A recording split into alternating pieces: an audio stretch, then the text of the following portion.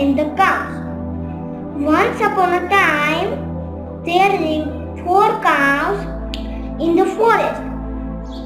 Every day they used to graze together in a particular spot.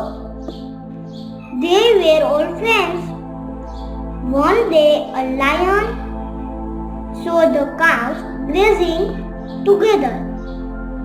The lion wanted to eat them, so he went to catch them.